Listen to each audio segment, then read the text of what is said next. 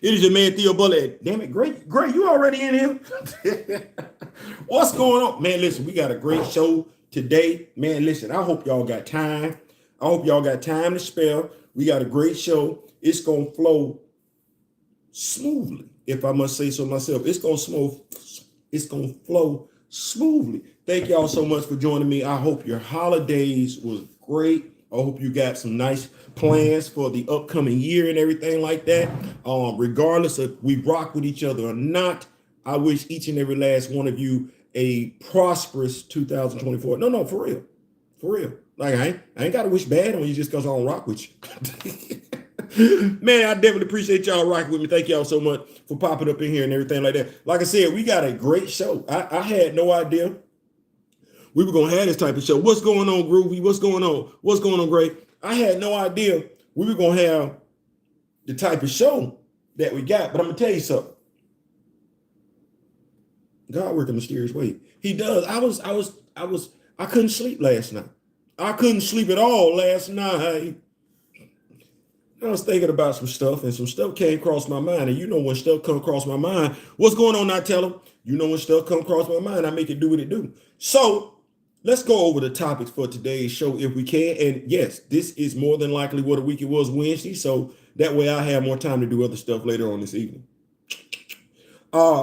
Black, more than a color. Oh, good God Almighty Jesus. You know, we have some. We all practice cognitive dissonance in our lives. We do. It just depends on what the subject is. And quite a few of us practice cognitive dissonance when it comes to Black. Recast T'Challa keeps both character and the actor relevant. We're going to talk about it. I think y'all agree. I think y'all will agree. Derek Bozeman, a look back. Yes, Derek Bozeman, a look back. And honestly, Derek Bozeman is the inspiration for today's show. He and his brother Chadwick both. Actually, all three. Chadwick, Derek, and Kevin are. You know they all got K's in their first name. Kevin, Derek, Chadwick. Just noticed. I just thought about that. Cyclops. Does he have control over his optic blast? You know what? I'm a huge X-Men fan. I know I talk about T'Challa a lot because the X-Men don't need me to talk about them. They do not need me to talk about them. But being a huge X-Men fan, because I wear glasses, Cyclops is my dude. We're gonna talk about Cyclops today and why I think Marvel just need to go ahead and move the needle forward with Mr. Scott Slim Summers. We need to go ahead and move the needle forward. Rock With Me Nation members getting their letters printed in support of Marvel Comics, specifically Black Panther. Yes, the Rock With Me Nation is not just talking, they walking. So, and we know the Rock With Me Nation is part of Recast T'Challa. We know the Rock With Me Nation is part of Black Panther fan group, right? So, knocking them all out the box there. Are the playoffs, specifically the playoff committee, I'm glad this is last year, but are the playoffs ruining college football? A look at Georgia versus FSU in the Orange Bowl. Yeah. You know, let me just go ahead and get this out. I know y'all like, Theo, you got all these topics. I want to be a talk show host. Like I want like Queen Latifah, Steve Harvey got his own. Yeah, I want to be a talk show host. I think I got the chops for it. I think all this is too good to just be at a radio station. I think we need to talk because we don't have Arsenio Hall no more. So yeah, I think I should get a talk show. So I can't get it without the support of the Rock With Me Nation. Let's go ahead and get all up into this thing. You rocking with me like I'm rocking with you. I'm rocking with you like you rocking with me. We're gonna jump off into this thing. And I'm gonna keep it kind of light first because I don't really want to start off heavy. Cyclops. You an X-Men fan, I'm an X-Men fan. You read the X-Men comic books, I read the X-Men comic books. Some of us are looking forward to X-Men 97. Some of us, until T'Challa come back, we don't give two damns. I know they're like, damn, is it that serious? Yes. It's that serious. It is that it's that serious, especially when y'all be doing this nonsense with Thunderbolt Ross and everything like that. But That's a different topic for a different day. We're gonna jump off in Cyclops. Have y'all been keeping up with the X-Men? I have. Do y'all like him? I do. Whole thing is Captain Krakoa. I'm picking up what you're putting down. So yeah, I gotta go. Groovy feet. What's going on? Kamoyo Kid in the building. Yeah, I gotta go fresh off that. Dr. Eve, you want to shout out? Yes, sir. Yes, sir. Kamoyo Kid in the building. We're gonna talk about that. But Scott Summers, Cyclops, the whole resurrection protocol. Marvel, I'm gonna help y'all out because I know what's going on. Y'all just, I told Kamoyo Kid y'all would never hire me because of the stuff that I say. I think you're missing some talent, but you know, hey, it is what it is. But Scott Summers, the resurrection protocols, the X-Men, I get it. I get it. I totally get it. I totally get it. But there's no reason. Well, I'm going to give you a reason as to why he's still wearing his optic visor. And you can go take that and write that in the canon. Y'all been known to take some stuff that people say in the canon before. It makes no sense. It's about to be 2024. We moved past the Krakoan age. We got the resurrection protocols. We got folks living. We didn't terraform Mars and everything like that. There's no reason whatsoever for this dude to be still wearing his visors. Except for the fact that it's aesthetically pleasing to the eye, so you can't get rid of it. Fans like it. You get rid of it. It won't look right. Regardless of whether he can control his optic blast or not, you can't get rid of that. I'm finna help you out. Scott Summers can control his optic blast, i.e. whether or not they discharge or not. He just can't necessarily control where they go. With Theo, what do you mean? If I just open up my eyes, everything come in and everything go out, right? Right. So if he were to activate his optic blast, even though he can control them without the visor, they just going out. Like there's no focus. It ain't going there. It ain't going there. It ain't coming out like a wide beam. It ain't coming out like no thin beam. It ain't hitting this and ricochet. It ain't doing none of that. It's going like this, like that. Marvel editors, Marvel Comics. The reason why Scott Summers wears his optic visor is to aim his optic blast. That's why he wears it. You already touched on this, Marvel Universe and everything like that. He's got control modules in his gloves and everything like that. You gave us a great display of how the optic visor breaks down, how it's designed and everything like that. That's why he wears it now. That's why he wears it now. That's why he wears it now. He don't need it for any other reason. He don't. Going forward, once y'all figure this out, I expect to see Scott Summers, and I'm going to help y'all out. He does not have pupils. Just like Nightcrawler has yellow eyes, just like y'all have Aurora, her eyes get whited out. His eyes will be permanently red, no different than Simon Williams, aka Wonder Man. Damn. Believe I had to do that. Who's writing X-Men right now? Free game. Free game. I'm going to stop giving y'all free game because they say the game is to be sold, not to be told. And I keep giving y'all free game. I don't even get, you know what? Y'all better be glad it's for the purity of the comic books. Y'all better be glad I'm a comic book fan. Because I really do this for the love of the comics. I really do. I really do. Personal accolades. I mean, I would like to be able to afford to do this on a full-time basis where I ain't looking at my bank account. But, you know, hey. It is what it is. I'm giving y'all some good information. Take it, run with it. It's yours. Just like y'all did with Darwin. Yes, that is my creation. Y'all not slick. I gave that character to y'all when I was in high school. I know my character when I see it, and I'm still feeling some type of way about Darwin. What's going on, Grand Madam?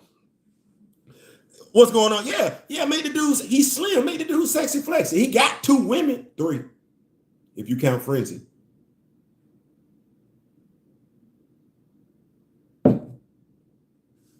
You know, for an unassuming dude, he be pulling them. Cause I low key want to say, Jean, nice. Emma, nice. I think Jean got more. Scott and then Frizzy. I ain't saying, I'm just saying, but I heard Slim could always control his optic blast. Was that established in Astonishing X-Men or something? They retconned it. They want him to be able to control it. It's supposed to be where he can control it. It's just a psychic block. He got an issue with it, so he doesn't allow himself to. No, move past that. If that was the best story you could give us, let's move past that. No, I get it, but we wear shades sometimes. He can rock his red shades sometimes. We just need to do away with the necessity of him having to wear that. It's 2023. He don't need it unless it's to aim the optic. In essence, every time we see him in costume, he should have his optic visor on. Yes, see? And he should always have a spare pair of optic visors in his pocket. When he walking out and about, he ain't got his glass and he ain't, using his beam. But yeah. So that's my thing. Y'all go ahead and fix that, because that don't make it really makes no sense story-wise. Everybody else is doing everything. It don't make no sense. And also,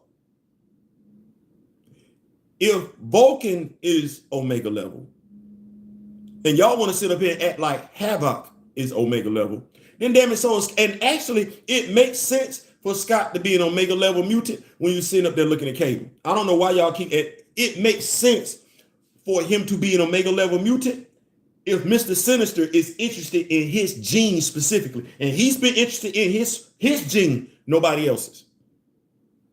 He's been interested in that specific gene pool for the longest damn time. So if that's what that is, go ahead and make Scott Summers an Omega level mutant. You're not gonna bother X-Men fans, because we sitting up here looking at you like this anyway. What you waiting on? What you Iceman is Omega level.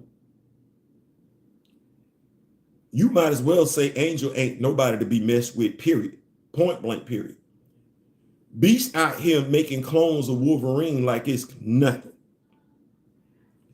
Jean Grey can resurrect her damn self. She don't even need the resurrection protocol. She can't die. Don't know how we doing that, but I guess we just gonna say it's because of her relationship with the Phoenix Force. Scott Summers the only one out the 5. We still looking over here like this. The OG 5. We still don't. You got all these children, none of them by Jean. That's crazy. You got a whole ass island. You got people bringing you back. And they didn't brought back Laura with adamantium throughout her whole body, as opposed to when before it was just on her call. So that's an editorial decision. I just gave y'all a reason to fix it. I just gave y'all justification to fix it. Take it and run with it. That will make sense to every X-Men fan. Won't nobody say nothing. Get the best of both worlds. So Scott gets no love. Not in the I like Scott, but I think him and Wolverine got a thing going on. So I think Scott, and this is crazy, I honestly believe Scott is a member of the LGBTQ+. I think Scott is bisexual.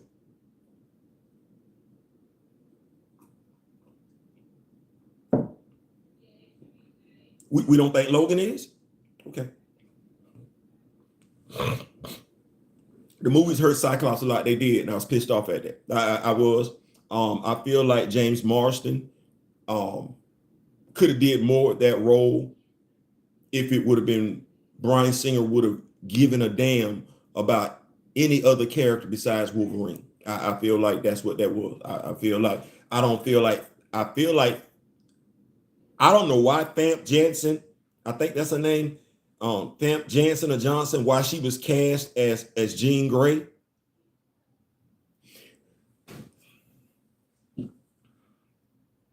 Okay, so Prue's not gonna like what I'm getting ready to say. Conservative people not gonna like what I'm getting ready to say. I don't give two damns. You don't read comics, and you're part of the reason why the superhero movie industry is going downhill.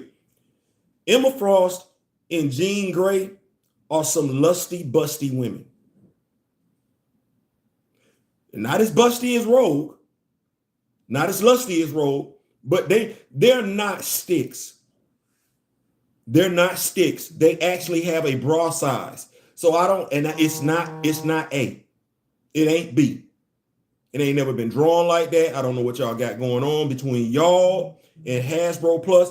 Shout out to oh damn. The brother that's in Canada. I'm gonna be getting with you and everything like that in regards to getting some custom upper torsos for my female action figures and everything like that. Because I'm not gonna do that, but yeah, y'all got to get them. Y'all got to get them right. I don't know what y'all got going on in regards to those characters, but y'all messing them up, and I'm getting tired of that. Oh, daggone, let me see where my dog at. Make sure I get my dog out there because I like to give shout outs and everything like that. Y'all know how I do. If you know me, grooming, sharing is caring, and I Metaverse Customs. If your female action figures ain't looking like they should look, make sure you hit up Metaverse Customs. He's got a page on Instagram. He actually has a store on eBay. Make sure you hit the brother up and everything like that.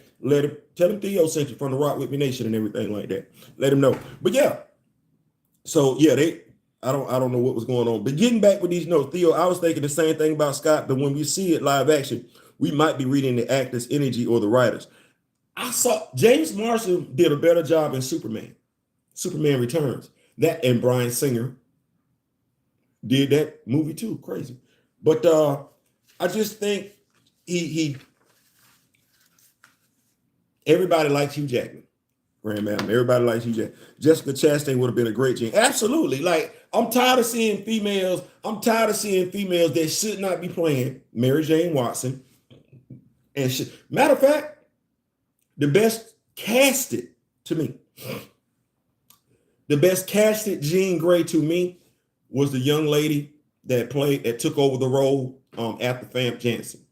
That was the best Jean Grey to me. We still ain't got, as far as I'm concerned,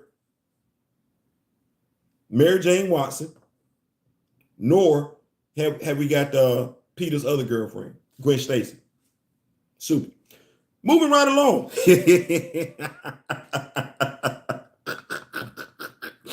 What you say? Not tell them, good Lord, don't get them no idea. I'm just saying, man, like, I like y'all. I read y'all. I rock with y'all. Marvel, I rock with you. I do comic book reviews. Come on. I'm just trying to help y'all do better. Scott has spatial awareness to the point where he took out ninjas barehanded, no optic beam. Scott is the mutant Captain America. Let's go ahead and make the dude Omega level. Because you ain't tell not one lie. Not one lie. Moving the party right along, because we got a lot to talk about today. We got that on out the way. I just want to, put that out there. Let's get into this thing. So we got Cyclops does have control over his Optic Black. Rock With Me Nation members getting their letters printed in support of Marvel Comics, specifically Black Panther. Shout out to Grand Madam Tarot. Ladies first. Ooh, ladies first. Ladies first. Ooh, ladies first. Ladies first. Ooh, ladies first. Lady, y'all don't remember that, boy? That used to be the jam. Money Love, Money in the Middle. Where she at? In the middle. Money in the Middle. Where she? Damn it! I need my own talk show. I need my own talk show so I can bring these great rappers on who have transcended rapping, but bring these historical ladies on, the historical gentlemen on, and just let them drop some of the stuff that we used to rock with back in the day when music wasn't so damn violent. But yes, oh man, so y'all like Theo? No, just listen. I like having fun and everything like that. Queen Latifah, yes, good God Almighty Jesus. I'm keeping up with these notes. What I do now? No, Grand Madam Tarot. Yeah, Grand Madam Tarot ain't do nothing. Just first. Muff never loved us. They did. They don't love recasting child law. Grand Madam Tarot. Shout out to Grand Madam Tarot and the Kamoyo Kid who just got his letter printed by Marvel. Yes. Remember what folks say stuff about how the comics sell? What do we say over here with the Rock With Me Nation? We said, no, we damn all that. What it say? It say okay to print at mheroes.com. Man, let the woman. They have reached out and Marvel reached back. The Rock With Me Nation is about it. The Rock With Me Nation reached out to Marvel Comics, reached out to Black Panther, the editors over there, let them know that we're in support of their comic, and the editors the editorial department, the creative team, they reached back to Kamoyo Kid and they reached back to Grand Madam. Yes, Grand Madam did hers in November. Kamoyo Kid just did his. So congratulations. Big up to you two. Way to do what you do. We ain't just talking over here. We ain't just talking. We talk. We say, hey, let's go do it. Let's go put a plan of attack together and make it do what it damn does. And y'all are doing it. Shout out to the Rock with Nation, man. Y'all give yourself. That's my wife clapping up and everything like that. Man, listen. We built the HBCUs. We didn't need nobody else.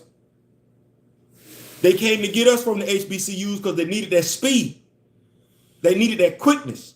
They needed that vert. Now, I'm not knocking anybody. That's just damn American history. That is what that is at the end of the damn day. They came and got us. We had our own baseball league. We didn't need them.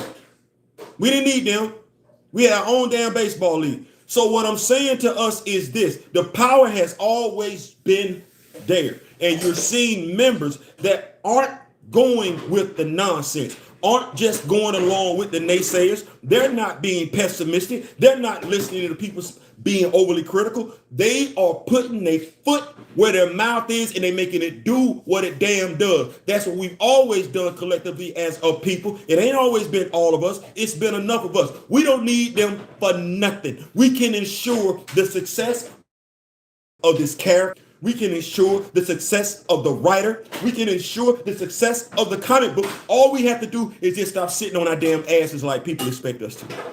So shout out to y'all. Shout out to y'all, man. Thank y'all so much for that and everything like that. Way to be about it. If you are a Black Panther fan, if you are an Eve Ewing fan, reach out. Let them know. Let them know you appreciate her work.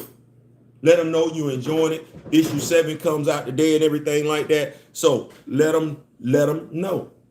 Let them know. We're the fan group. And when I say we, I'm not talking about us that are just necessarily right here in this chat. But if you are a fan of this character, then it falls on you to keep this character around. It's nobody else's responsibility. It is nobody else's responsibility, and we're not going to look for anybody else to do it. No, we're going to do it our damn self. So shout out to y'all, man. Damn. I like that. What is that right now? If I look at the Rock With Me Nation, if I look at the Black Panther fan group, if I look at Recast T'Challa, damn. So let me see if I got this right.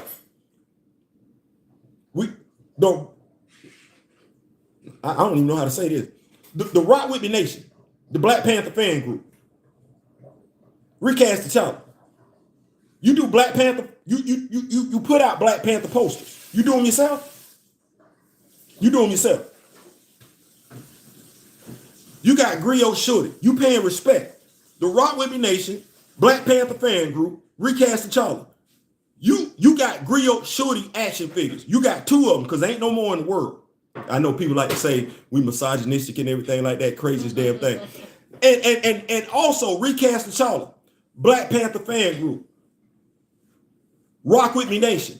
You mean to tell me there's a Nahonda action figure in the group? Hold on. You mean to tell me there's a Mosi action figure in the group? Recast T'Challa, Black Panther fan group, Rock With Me Nation. You mean to tell me there's a Bashinga action figure in the group? You mean to tell me the Midnight Angels exist in the group? You mean to tell me we trying to find a head sculpt right now for Queen Mother Ramunda, Angela Bassett? If you don't get your, you know what? I ain't even gonna talk. I ain't even gonna talk to you like that. I'm gonna talk to your husband. I'm gonna talk to your husband, Courtney, Mr. Vance. Can you get her to Hasbro, please, so we can get this damn action figure, so we can complete our royal family? Cause we asking for it. Anti-recasters don't give 2 damns. They don't. But we asking for it. We like, can we get the Queen Mother Ramunda? So, Courtney, Mr. Vance, my brother from another, the dude that's in the gym, buffed and bitching in his mid-50s. Boy, I got it. Boy, I'm trying to get like you. I'm trying to get like you. Can you please talk to your wife? Please. We trying to make it do what it damn does, and we need that. We got King T'Chaka. Hasbro, don't put that damn action figure out. Y'all not slick. You put out a Bill Foster head. You put out a Bill Foster Giant Man action figure. No alternate head scope. If you drop a King T'Chaka action figure based off the What If series, and you do not put an unmasked head sculpt on, don't do it. Just don't do it. Just don't do it. Just don't do it. What's going on, Miss Keita? Just don't do it. Just don't do it. So let's keep the party rolling. I'm gonna shift gears a little bit. And everything. I'm gonna apologize if I'm losing some of y'all when I do this, but we're gonna talk college football for a little bit. Florida State versus Georgia. Orange Bowl, right here in Florida. I'm being overly dramatic when I say this, but half of Florida State's team is not participating in the game. I don't like it. I love college football. The Steelers are my favorite team, but college football, I really want to tell you, college football is my favorite sport. I love that every game means something. Every Saturday means something, or at least it used to. I remember a time when we got the holiday season, much like we are now. The holiday season, we were watching football games throughout the whole, from Christmas to afternoon. And the games meant something. Orange Bowl, Rose Bowl, Cotton Bowl. They meant something. Today, they mean nothing. And that takes away from college football. Don't get me wrong, the kids that are leaving, going to the NFL, and they've elected to not play in the Orange Bowl, I'm not begrudging them because I know why they did it. But they wouldn't have did that 10 years ago. They would not have done that 10 years ago. They would have played in the Orange Bowl. Now watch this. 10 years ago, they would have played in those games because the NFL, which hypocrites talking out both sides of their neck, they would have told those young men, if you leave your team, you're not committed. We want players that are committed to the game.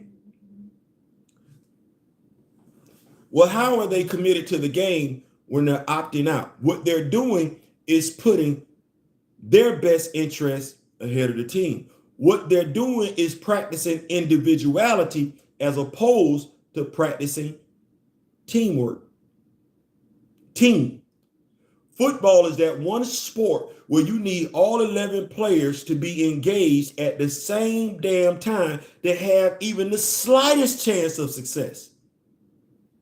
If the receiver over here, if they running a sweep to the right, this receiver to the left needs to make this cornerback feel like he running a route.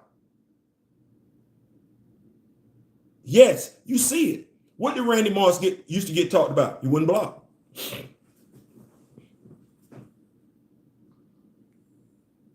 What did George Pickens used to get talked about? He didn't block. I did a hot take. I said the Steelers will not reach the Super Bowl again. Let's not talk about winning. The Steelers will not reach the Super Bowl again until there's another Hines Ward in that uniform, another Lynn Swann in that uniform, another John Stallworth in that uniform. And yes, I know Pittsburgh let him go. This is when people had an issue with marijuana and everything like that. Santonio Holmes, you're not going anywhere regardless of how talented your receiver room is, because the receiver room only gives two damns about the receiver room. Well, when you look at college football, there's something seriously wrong with the game when 20 players don't want to play in a bowl game. The bowl game used to mean something. That's the thing. The bowl game, at the very least, you wanted to finish the season with 6 wins. 6 wins. Now, let me tell you what these kids, I can't say that they missing it because it's hard to miss what you've never had. But looking forward to the bowl game, you and I, as we sit here right now, would love to trade places with them kids. Do you know why? Do you know what gift bag they're getting at the Orange Bowl game? Google it. Just like when you are an actor and you go to the Oscars or you go to they've invited you. They've invited you. They've invited you. They've invited you. They've invited you. You ain't just buying a ticket. You get gift bags. You get gift bags that you could literally go home and make money off of. So these kids who used to look forward to these things are turning them down. They don't give two damns. That don't help the sport. It used to be watching the bowl games, you got to see the marquee teams and the marquee players. You know what college football is looking like right now during bowl season? You want me to tell you what it's looking like? It's looking like an NBA game when players are resting. That's what it's looking like. Now, who wants to watch the Los Angeles Lakers play with LeBron James and AD both sitting on the bench? I'm gonna wait on that one. That's gonna be a boring ass game, because I remember when I used to watch the Chicago Bulls back in the day, and I'm gonna be honest with you, I ain't really care for them like that. I'm not trying to watch the Bulls like that. It was a different experience watching the Chicago Bulls. Them 2 seasons when Mike went away, it was different. Scotty was still there. It just didn't have that same star appeal to it, if you understand what I'm saying. So, in my opinion, I look at college football. Next year we got 12 teams.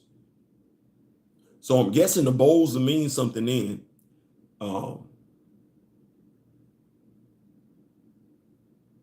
But if the kids aren't going to stay to play, it don't really matter. So you got to fix that. You got to fix that. And the NFL, the National Football League, because this is what these kids are feeling. They're feeling like if they play in these games, Willis McGahee, they won't have an NFL future. And quite a few have chosen college football and the colleges that they go to based on their opportunity to get to the National Football League. You got to do a better chance of ensuring that. If not, if the NFL, professional football, does not want to scratch the back of college football, if I'm college football, I'm not inclined to scratch the back of professional football. As a matter of fact, what is Sam Ocho, your attitude in regards to what I think Caleb Williams should have been doing out in USC says a lot. You played college football. You got your opportunity to play in the National Football League because people saw what you did at the collegiate level, but you don't give two damns about college football.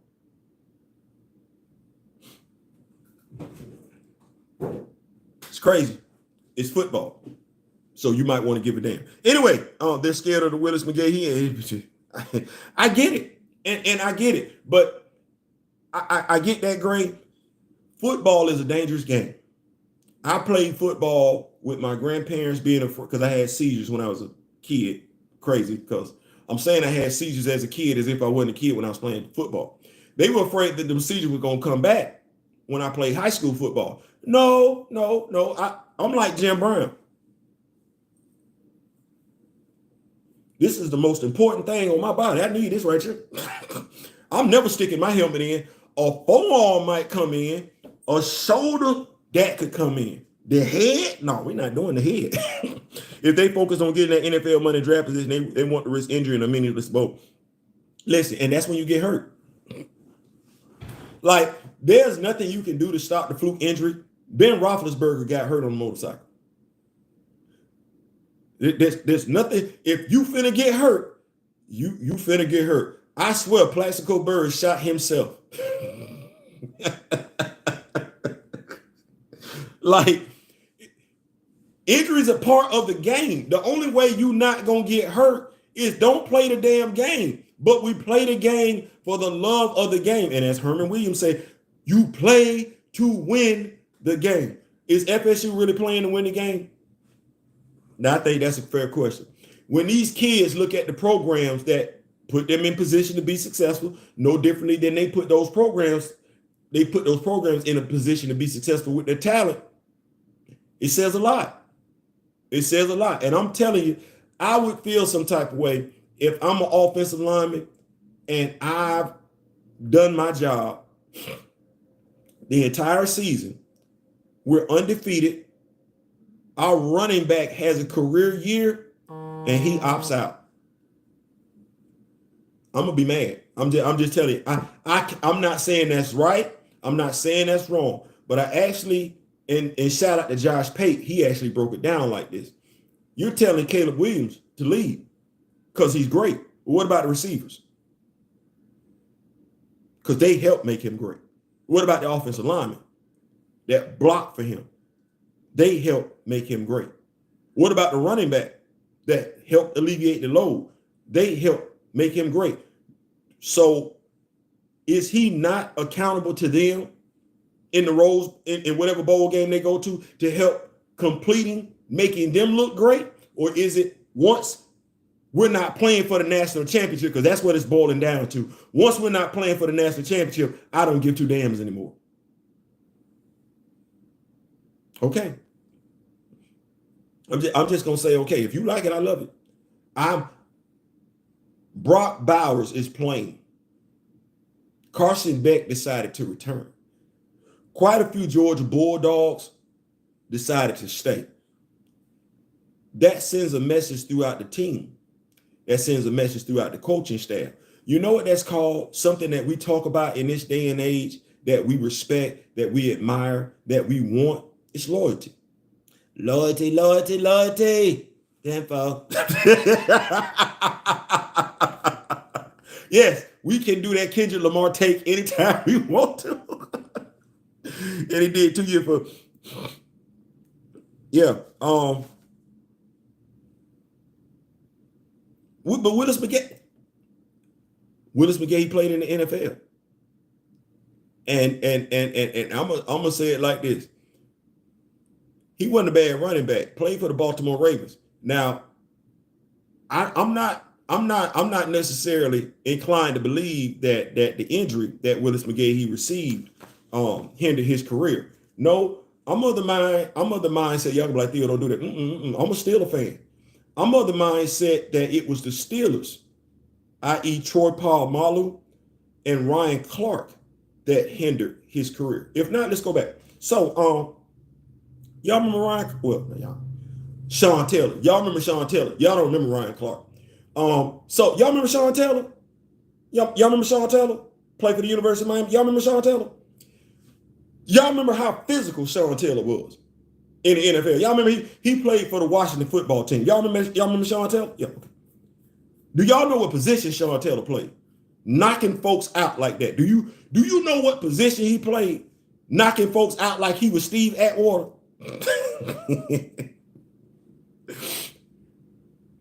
It was the free safety position.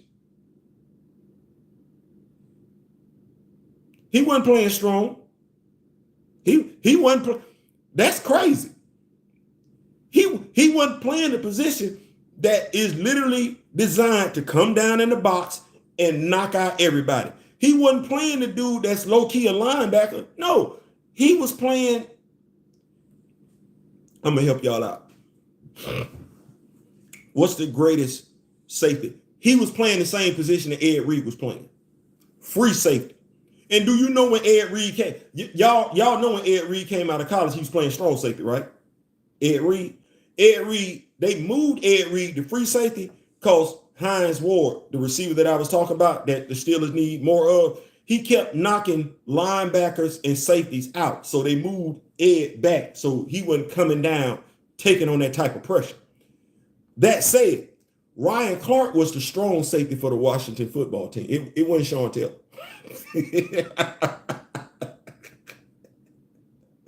it wasn't Sean. Sean Taylor was not the Washington football team. In essence, Sean Taylor was not the hired assassin on the Washington football team. He just played like it. Ryan Clark, no different than Hines Ward to Ed Reed. Ryan Clark to Willis McGahee is Troy Paul is Hines Ward to Ed Reed. Y'all don't remember that lick? It's a playoff game.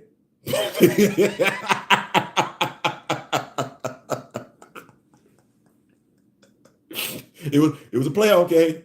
Willis McGahee had the ball. And Ryan Clark hit it. And from what I was told, folks looked around because they said it sounded like a gun had went off in the stadium.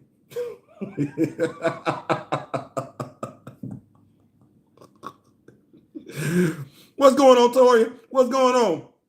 NIL money would have been all over you doing, oh, your boy. But yeah. So yeah, Ryan Clark is the reason why Willis McGahee football career, professional football career, wasn't as long as it could have been, because Ryan Clark didn't care. Like he was the free safety. Pittsburgh brought over a free safety to play. I'm gonna say Pittsburgh brought over a strong safety. He couldn't play strong because that's what Troy was.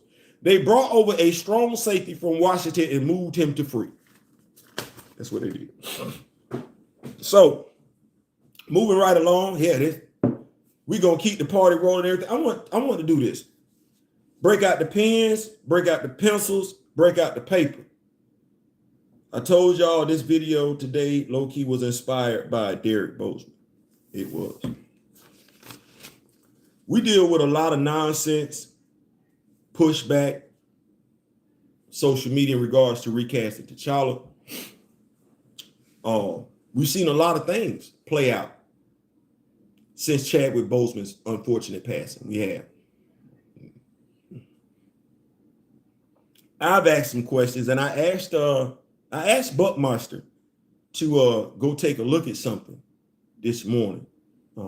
I looked at something last night, and I couldn't believe it when I saw it. I used my wife's phone to double check it. So I went to YouTube, and I wasn't doing it on purpose. I just wanted to rewatch the video. And I typed in Derek Bozeman on YouTube. What I saw was weird to me. Weird. Unfathomable, if you will. I couldn't believe it. If you type in Derek Bozeman in your YouTube browser, you're going to see quite a few videos from somebody you know.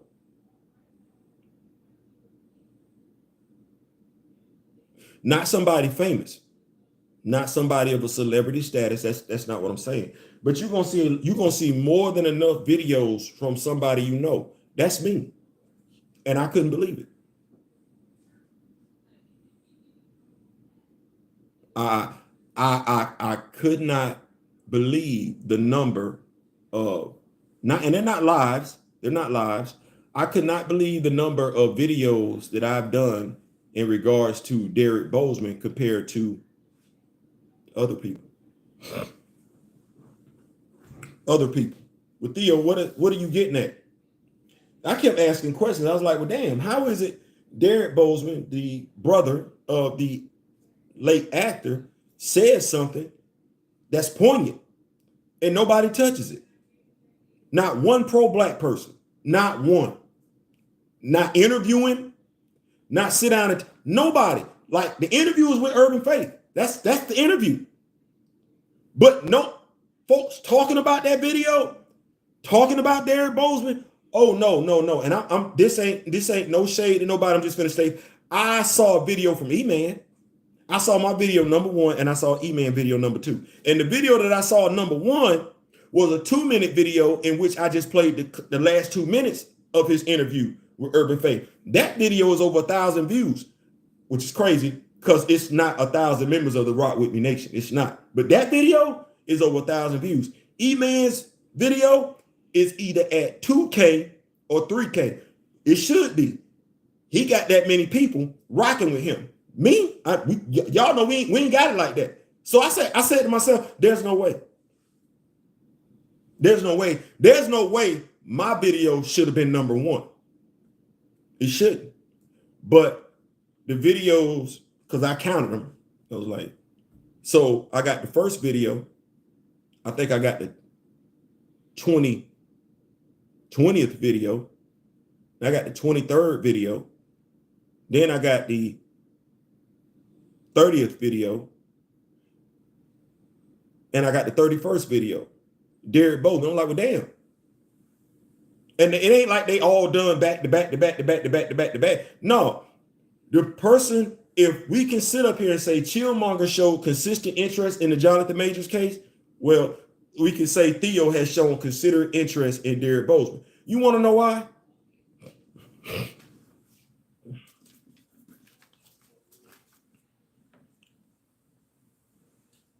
Right before you get to the 2-minute mark, the Urban Faith video, I want y'all to go back and watch it. I'm finna play something. Well, I'm finna read something to y'all. What's going on?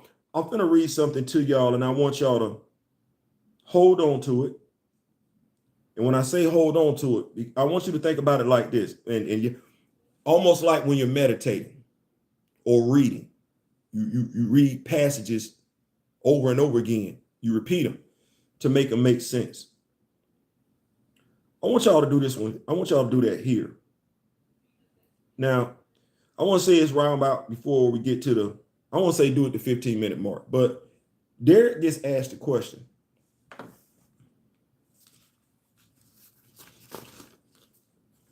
As a man of, he gets asked a question by the interviewer. What would you want Chadwick's legacy to be? Now, I wrote it down. I did the service of writing it down. I don't want to get any YouTube strikes, anything like that for playing recorded audio. Feel free to go check it out, though. This is Derek. The interviewer asked him his legacy. What do you want that to be? The older brother of the brother that he raised. As a man of faith, stay right there. As a man of faith, and he's talking about his brother Chadwick. What would he want his legacy to be? A man of faith, a man of extreme intelligence, a man who took the gifts that God blessed him with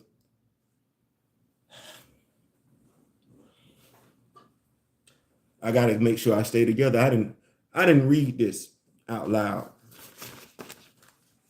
Did not know how it was going to pull on me. A man of faith, a man of extreme intelligence, a man who took the gifts that God blessed him with and multiplied it. He was well-rounded, well-read. He was completely into culture, his culture. Who we are as a people. This is Chadwick Bozeman, his brother that he's speaking of. He was well-rounded, well-read. He was completely into his culture. Who we are as a people. He was an amazing person. He had the 3 A's, as I call them. He had the 3 A's, as I call them. He was analytical, he was athletic, and he was very artistic. What's going on, Buck? What's going on, Buckmeister? What's going on, Gray? Connoisseur's triple salute. What's going on? He was athletic. He was analytical. He was artistic. Derek refers to them as the 3 A's. He said that's a powerful combination. The interviewer asked him, he said, well, what would you want him to be in regards to Black Panther? Honest answer. I would want him to be in it. I would want him to be King T'Challa. Now, I can answer what you aren't asking me. We feeling great? We in here. We in here. We in here. Now, I can answer what you aren't asking me. Y'all gonna like this one. December 8th, 2020. 48 hours before Kevin Feige takes the stage and makes his notorious statement. I see a narrative being assembled by Hollywood. And I could be completely wrong. Y'all, what do I say? I could be wrong. I've been wrong before. I'm gonna be wrong again. I'm not the only one that says that. I'm not the only one that feels that way. And I could be completely wrong, but a black man being a king does not fit the narrative of what they want the world to see. Now, see, this one I got to look at black people, and I'm going to come around and talk to black people. Yeah, we going to segue it. Let me start over. I would want him to be in it. I would want him to be King T'Challa. I get that one. I understand that all day.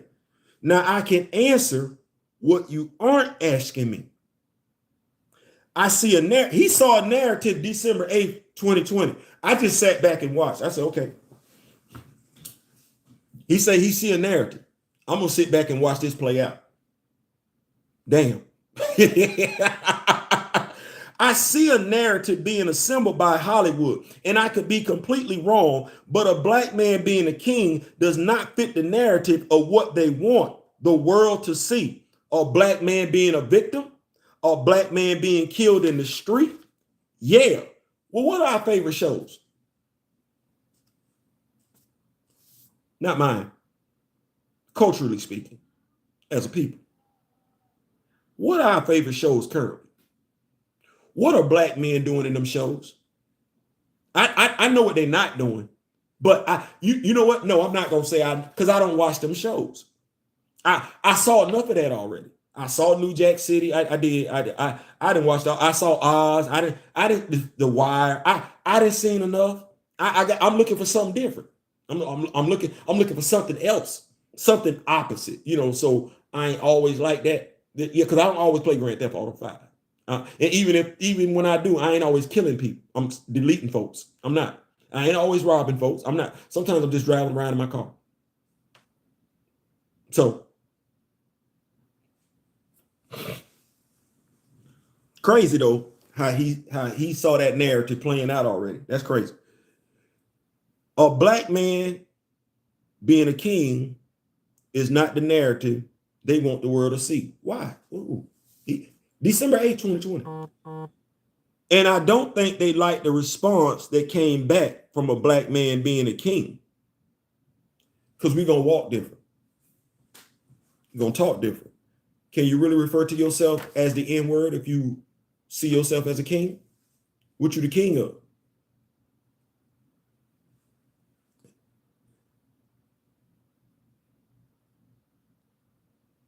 Let me start this over again. A black man being a king is not the narrative they want the world to see. And I don't think they like the response that came back from a black man being a king. And though I believe that black women are queens anyway, see what he's saying? That kind of F's up that whole misogynistic talk, don't it?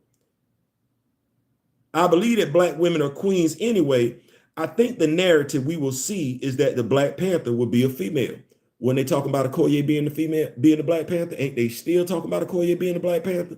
Didn't they say they had 5 to 6 scripts in hand? Didn't Martin Stein, I think, Martin Freeman say the script didn't make sense when he first looked at it?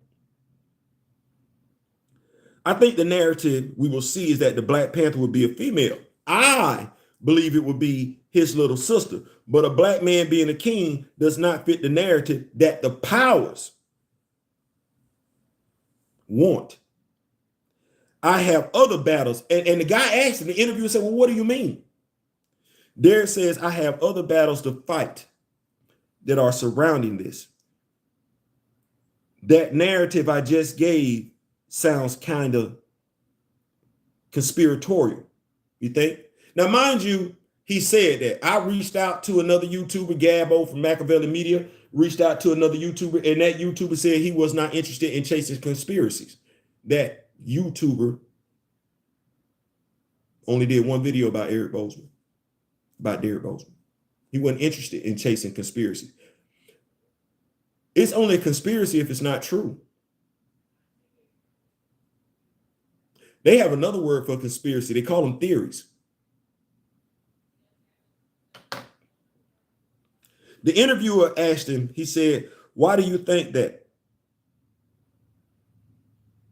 That's what the journalist asked him. And Derek said, I don't think anything happens by happenstance. And I'm going to leave it right there. What's going on, Zango Fett? What's going on? We back here again. They don't want a strong source for black men being in charge. That's why Blue Marvel is not getting any play. T'Challa hasn't gotten his footing, and Luke has no solo series. Martin Freeman was the only person who said something public. Exactly, Martin Freeman. Thank you so much for that, Greg. Thank you so much for that. So let me go back, and I'm gonna read this. I'm gonna read this again. Not be dramatic, but I'm doing this purposely because I'm gonna segue out of this in a second. As a man of faith, Derek Bozeman. Y'all know your pastor, right? Y'all know your pastor. Okay. The interviewer asked him his legacy. What do you want that to be? Derek's response, as a man of faith, a man of extreme. This is what he wants Chadwick Boseman, his brother, to be known, remembered by. Be remembered as a man of faith, a man of extreme intelligence, a man who took the gifts that God blessed him with and multiplied it. He was well-rounded, well-read. He was completely into his culture, who we are as a people. He was an amazing person. He had the 3 A's, I call him. He was analytical, he was athletic, and he was very artistic. That's a powerful combination. When you think about Black Panther in regards to your brother, would you want him to be in it? I would want him to be in it. I would want him to be King T'Challa. Now, I can answer what you aren't asking me. I see a narrative being assembled by Hollywood, and I could be completely wrong, but a black man being a king does not fit the narrative of who they want the world to see, of what they want the world to see. A black man being a victim, a black man being killed in the street, yeah.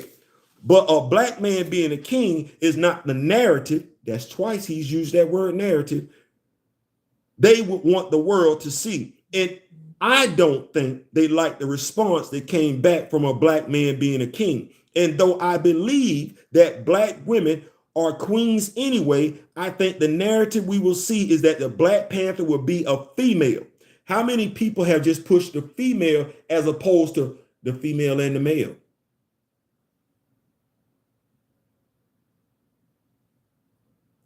I believe it would be his little sister, but a black man being a king does not fit the narrative that the powers that be want.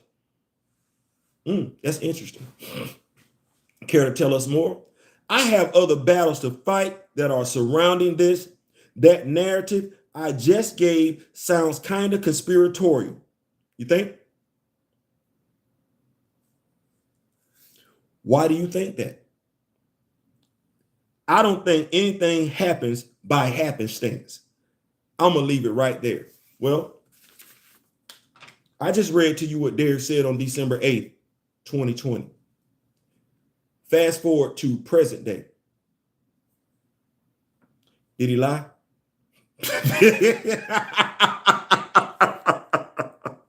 No. Fast forward. What's the date? The 27th? Okay. Well, from December 8th, 2020 to December 27th, 2023. Did he lie? That's rhetorical. Did he lie? That's rhetorical. I instantly saw a shift in character among my nephews after Civil War and BP movement. Derek Bozeman is a pastor. What? Yeah. Has a church in Tennessee. He does. Has a church in Tennessee. It would D-Real would vouch for this. I did a video before when this whole thing first started because I understand propaganda is a form of warfare. And I identified it and I said, we are under attack. They're waging war against us using the media and war against us, war against my people, Black people. We're going to talk about it.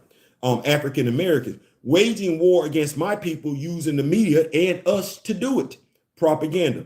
Well, if I'm to believe what somebody responded to that, it was Derek Bozeman. He said, you're right. We are at war.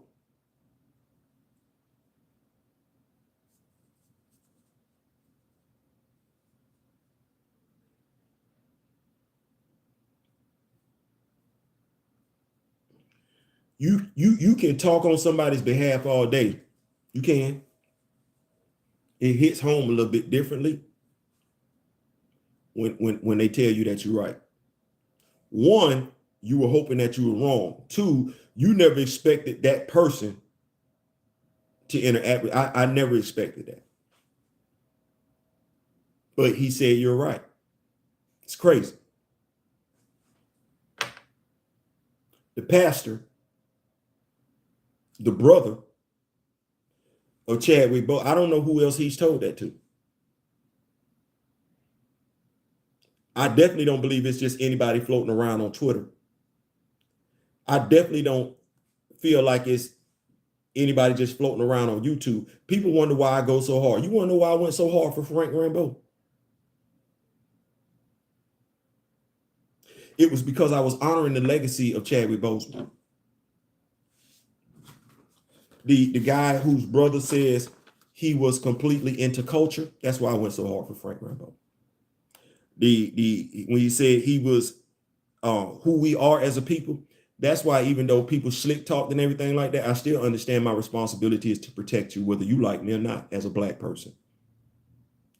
Because I'm looking at the guy's legacy that I'm supposed to be honoring. And his legacy was being completely into his culture. His legacy was caring deeply about who we are as a people. I can't tell you that I'm an amazing person. That's somebody else's opinion to put together.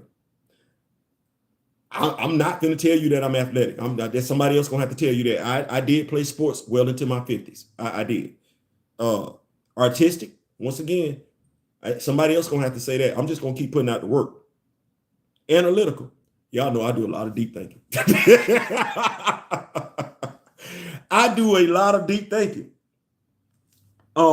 When you follow it back to the premiere 3 months after the first film's release with the Mantle Talk, the reports of Chadwick's unhappiness with Marvel to his passing to his brother's video, like I said, and maybe that was the problem for me. I didn't come in after the fact. I was already a Black Panther fan before Chadwick Boseman took up the role.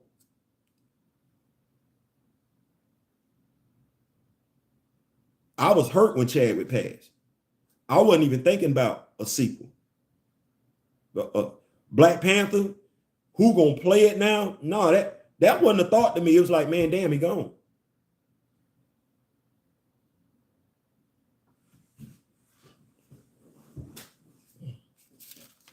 I was not thinking about a movie. I was like, we just lost one of the best that we had. I was hurt. I still am. You see the picture when I'm in my office, it's right there. I was effed up. We need more people like that in the world, not less. Like that. I could see the him in him. So I was hurt. So I'm coming in on December 8th. I'm black first. I'm black first. If that's what we're saying, I'm black first. I'm black first. So, and watch this. When I say this, with me being black first, into my culture, into my people, and I'm sorry, this is just what it is. But just like they give each other the benefit of the doubt, I'm gonna give my people the benefit of the doubt. So if two people are saying something to me, I'm going to believe the one that look like me before I believe the one that don't look like me. Now, am I going to go back and check to make sure? Yeah, I am. Because I ain't gonna be no fool. But I'm going to give the one that looks like me, just no different than what they do. I'm going to give me the benefit of the doubt before I give them the benefit of the doubt. So with me coming in, seeing I saw Derek's video before I saw Kevin Feige.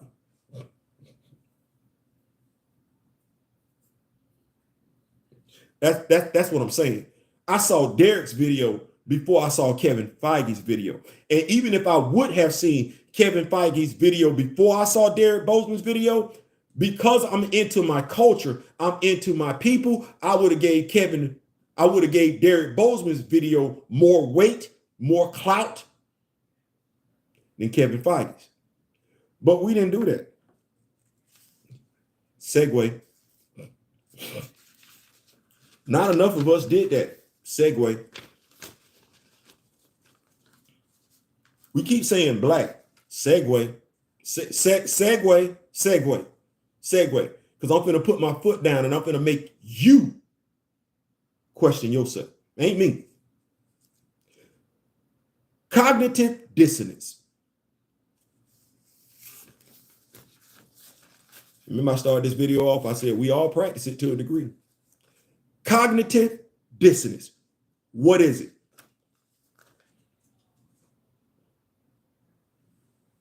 Kendrick Lamar flip. Oh, they shooting themselves in the foot. Yep. Cognitive dissonance. What is it? Because this the I might make you mad portion of the show.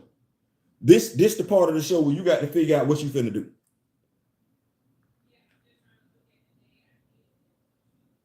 This the portion of the show where you got to figure out what you finna do.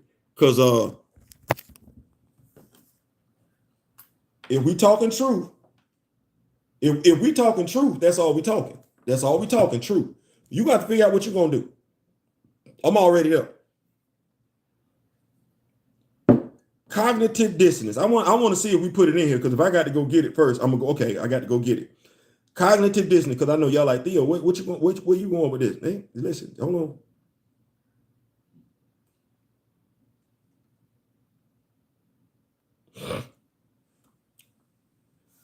Cognitive dissonance occurs when a person's behavior and beliefs do not complement each other, or when they hold two contradictory beliefs. It causes a feeling of discomfort that motivates people to try to feel better. People may do this via defense mechanisms such as avoidance. Okay, I'm prepared for my people, my culture, to avoid this. Been avoiding it since before I was born. What is black? And when did that word become valid in the English lexicon? When I say when was it created? Black. What is black?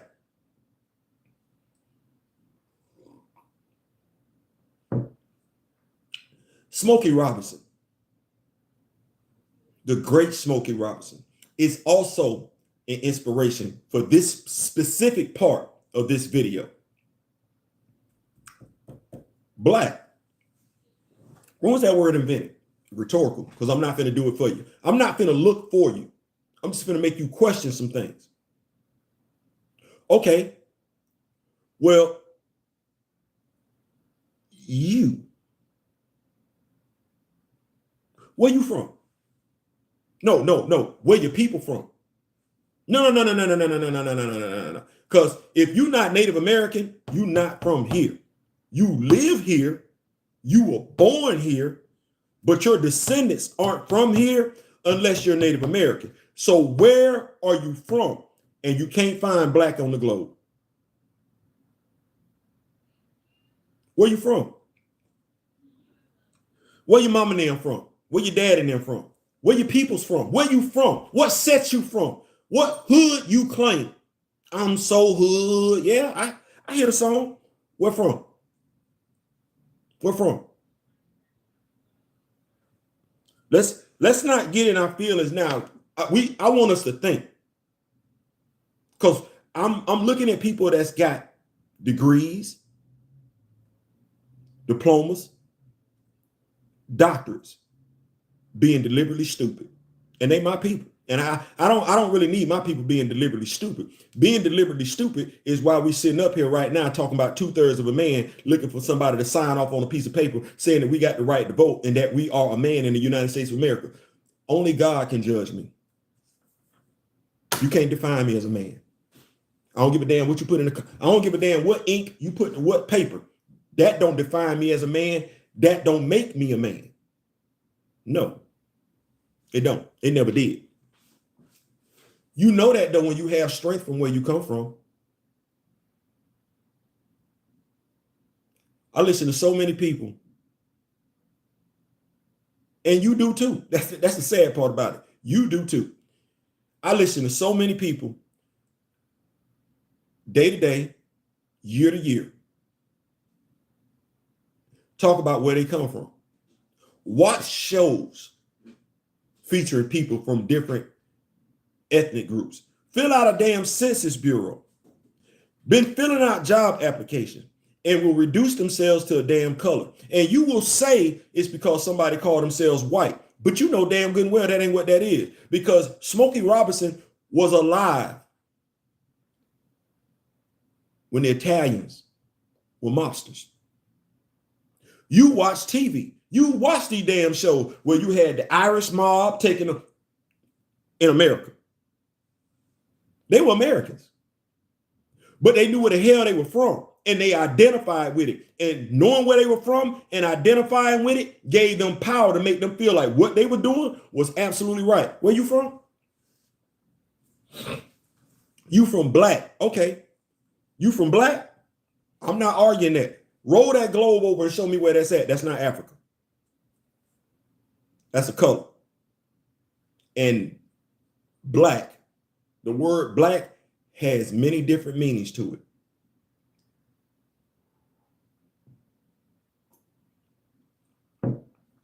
But you don't speak English though, do you? No, you don't.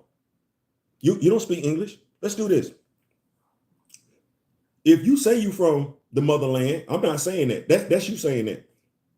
What were you calling yourself before somebody who didn't look like you called you black? Because that's really what happened. That's really that's really what happened. You had some folks who weren't from Africa come over to Africa and see you. And the closest thing they could use to describe you was a color. Not where you were from, Africa. No, they came up with two names for you, black and nigger. And you answer to both of them to this very damn day. What's black in Swahili? Because you weren't saying black. You weren't using that. Do you think you were using a color to describe yourself in Africa? Is that really what you think? You really think in Africa, back then, 1500s, 1600s, before colonization, you think you was calling yourself a nigger or black? No, you weren't. You weren't. You know damn good and well you weren't. Cognitive dissonance, though. Cognitive dissonance. You look at the damn Census Bureau. You see white. You see Caucasian. You see Italian. You see Puerto Rican. You see Mexican. You see Irish. You see all of that. But you good with black. That's it. Just the color. Well, I'm looking at the color, and the color don't really move it like it's supposed to. Because if the color was all that in the bag of chips, T'Challa would be recast. If the color was all that in the bag of chips, every black person would be quoting Derek Bozeman as opposed to quoting Kevin Feige. If that's what that was, if black was what it was, Ryan Coogler and Nate Moore, although they're black, would have capitulated to the black brother. The cast and crew would have capitulated to the black brother and the black family of the black actor that they say that they love. That didn't happen. Black ain't it. Not in my opinion. By the way, in Swahili, I could be getting this wrong. Black is Inyusi. It's spelled Nyeusi, Inyusi. You think in Africa back then when we had the loincloths, back then when we had the women, you know, that we had women warriors, you think back then we were calling each other nigger? Or we called each other by a name? You think we called each other black? Or we call, if we had to insult each other, you think we chose the color of the skin, or you think we chose the tribe you were from?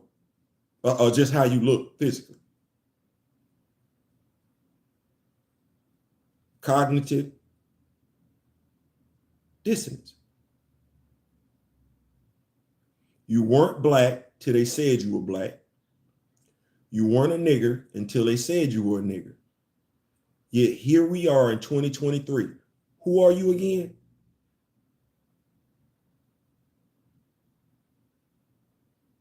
Black people in America want to sit up and act like you own a color, basing that ownership off of what you see other races do. Them other races don't own a damn color unless it's to make you feel like you shit, like you ain't crap. Other than that, they own their damn ethnicity. You sit up. I never celebrated St. Patrick's Day. But you'll sit up here as a black person and go put some damn green on.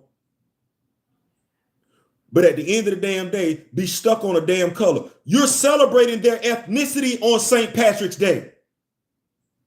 You're not celebrating their race. You're celebrating their ethnicity. No different than on Cinco de Mayo. What are you doing? You're celebrating another ethnic group.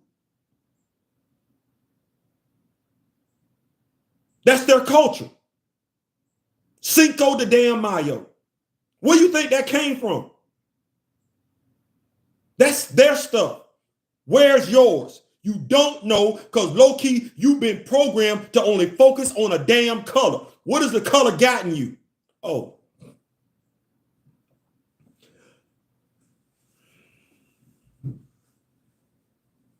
Can't do nothing for yourself, can you? The KKK owns America. The judicial system is against you. Black people, I'm going to say black cops are killing you. But you black though. Maybe if you knew where you were from, maybe if you identified with the country of your ancestors, you would see some strength in that. Because I don't believe Shaka Zulu would tolerate none of that nonsense.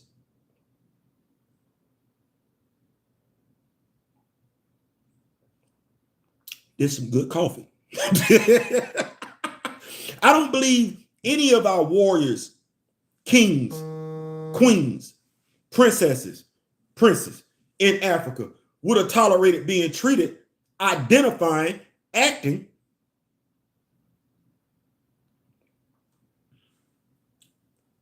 like second-class citizens. Segue. What did Derek say? Let me go back this one again. Derek said, yeah, but a black man being a king is not the narrative they want the world to see. And I don't think they like the response that came back from a black man being a king. And though I believe that black women are queens anyway, I think the narrative we will see is that the Black Panther would be a female. That's crazy. So we knew it was going to be a female. What is black though? What did Chadwick do? Let me see. Completely in the culture, who we are as a people. And he was an amazing person. So let me see. Chadwick brother, Chadwick Boseman, spiritual. You got to get in contact with God.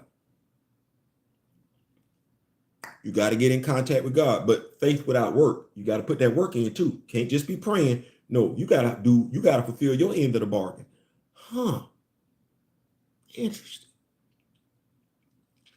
Interesting. I low-key feel like Message from a King, when he played the part of Jacob King, I would love to tell you that I feel like, now see, here's a conspiracy. Here's the conspiracy. I would love to tell you that I think everything about that movie was accidental. Message from the King. And when I say that, the name of the movie, the name of his character, and what his character did in that movie, and the plot surrounding that movie, I would love to tell you that I thought all of that was accidental. I would love to tell you that I thought it was ironic. I would. I would love to. I would. I don't know if I can. Message from a King came out in 2018.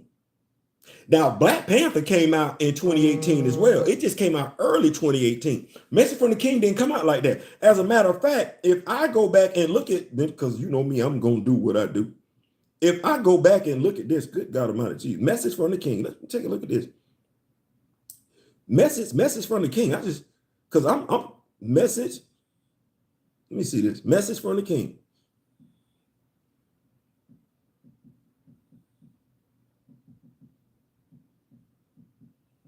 I'm finna get off in it. Boy, look here. Y'all hold on. What's going on? Come on. What's going on? Come on, yo. You out? Or you in? Let me see. Let me get this right here. Message from the King. 2016 thriller action. Release date 2016. Message from the King is a 2016 revenge action thriller directed by Fabrice Duwels and written by Stephen Cornwell and Oliver Butcher. It's got a Wikipedia page. It's got a Wikipedia page. So we get to go up here and see some quick facts. Message from the King. It came out September 8th, 2016. Y'all like Theo.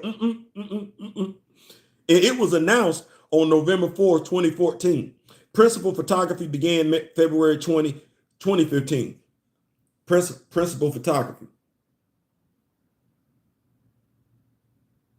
Y'all like Theo, what you saying? I know Captain America Winter Soldier came out 2016.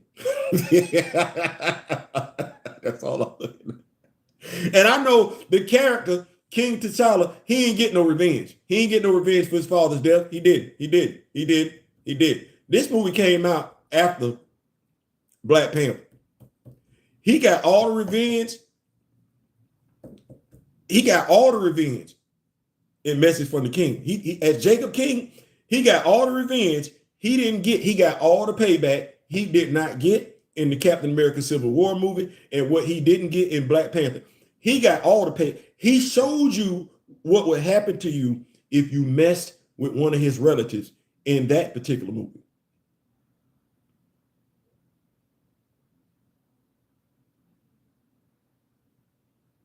That's ironic, ain't it? Y'all don't find that least bit. Y'all don't find that least bit ironic. He played a king in the MCU. He played a king in the MCU.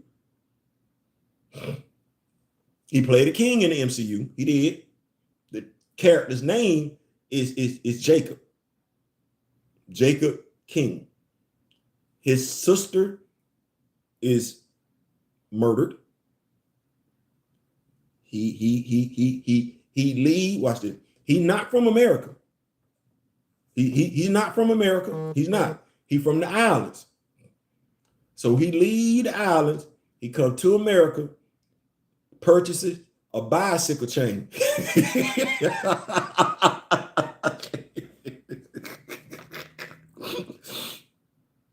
Purchases a bicycle chain and it makes it do what it does. And my dog, well, you thinking they thought he was a gang member. You know, T'Challa's supposed to be smart. Well, in this movie, I told people I feel like he was more T'Challa-ish in this movie than he was in Black Panther. Just like I feel like the young lady was more Shuri in Coming to America than what we got in the MCU. You can go check him out for yourself. I'm like a pastor. Don't take my word for it. Go check it out for yourself. But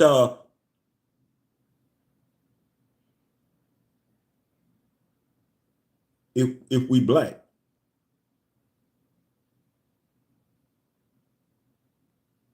if we black, because Jacob acted more like Shaka Zulu than T'Challa did.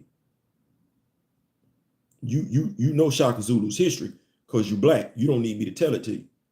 You don't. But why are you black?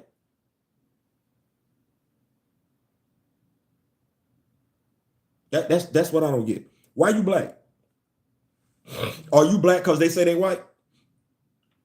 Theo, do you have the new Marvel Legends Black Panther based on the Christopher Priest version? I have, but it's not as impressive as the original one made by Toy Biz. Not yet. I do have it on pre-order and everything like that, and I'm not chomping at the bit to get it. And I'm gonna say it like the reason why I say it, and because I don't want to. That sounds crazy when I say I'm not chomping at the bit to get it. I have it on pre-order. It's not going nowhere. It's not going nowhere. And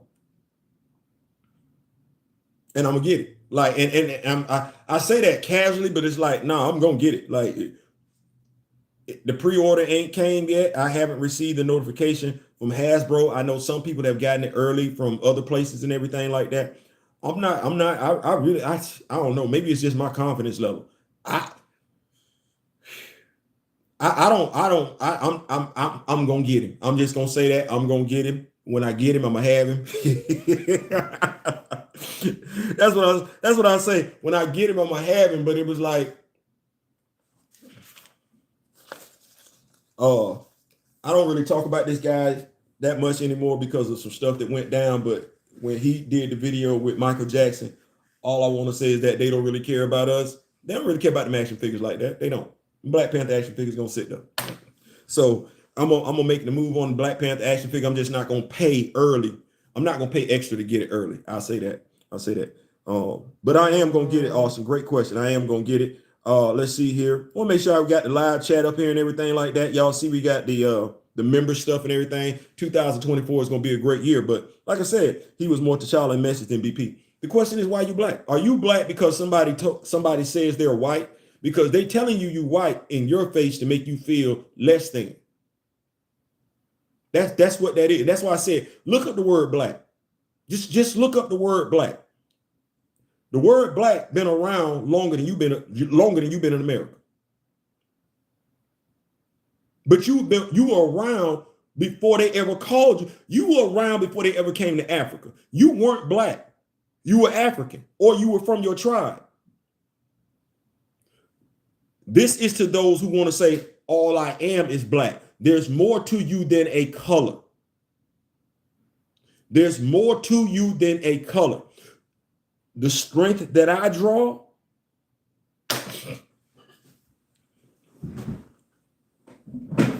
let me say it like this. If I might not know which tribe I come from, but the fact that I know I'm descended from the motherland, there's nothing a European can tell me. Now, see, that's the strength that I draw right there. There's nothing a European can tell me, because at the end of the day, you came and got me. I didn't come to get you. I didn't need you for nothing. You needed me. That's history. So I draw strength from that. A European can't talk to me sideways because low key, I know he needed me. I didn't need him. I never needed him. I never asked him for a damn thing. I ain't even asked him for a ride back, because this is my country now. But my country, America, does not mean that I get to denounce, not acknowledge where I come from. I'm not from America. I was born in America, but my people ain't from here.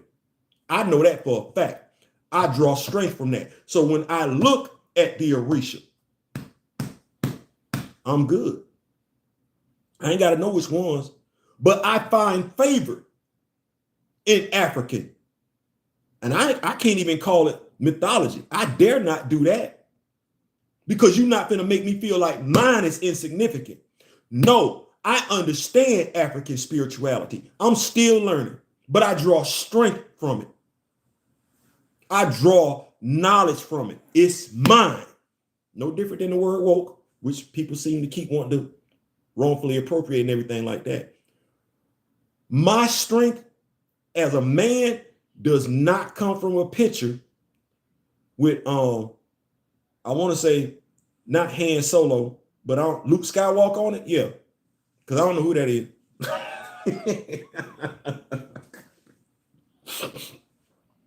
I don't know who that is. I'm not going to act like that. But my spirituality don't come from that. My spirituality comes from the All Father, the High Father, he who sits high and looks low. And that ain't Christian based. Because as far as I'm concerned, my religion was here first. If I'm the first person, scientifically speaking, that's what that is, then my religion was here first. Every other religion is a copy of mine. That's what being in touch with you, where you come from, has you walking around with your chest poked out. Because you be like, oh, that's me right there. That's me. I don't need you. I don't need you. It's no different than when boy, look.